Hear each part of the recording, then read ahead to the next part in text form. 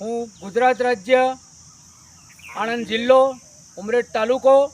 અને ગામ બાજીપુરાનો મારું નામ સોલંકી રાજેશભાઈ પૂંજાભાઈ 3 થી 4 વર્ષથી પ્રાકૃતિક ખેતી એ કરી રહ્યો છું અને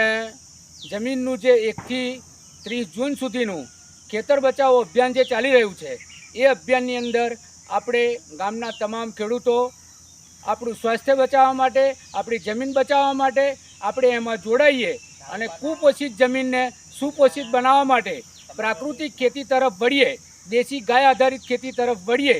એવો આપણે સંકલ્પ કરીએ અને તમામે તમામ ખેડૂતો દરેક ગામની અંદર, દરેક તાલુકાની અંદર, દરેક જિલ્લાની અંદર બધા ખેડૂતો સામૂહિક રીતે આપણે ભેગા મળી અને પ્રાકૃતિક ખેતી તરફ વળીએ, રાસાયણિક ખાતરને થોડી તિલાંજલિ આપીએ અને પ્રાકૃતિક ખેતી, દેશી ગાય આધારિત ખેતી કરતા થઈએ એ માટેનો ઝુંબેશ આજે જે ચાલી રહ્યો છે એમાં આપણે બધા સૌ જોડાઈએ એવી મારી તમામને નમ્ર વિનંતી છે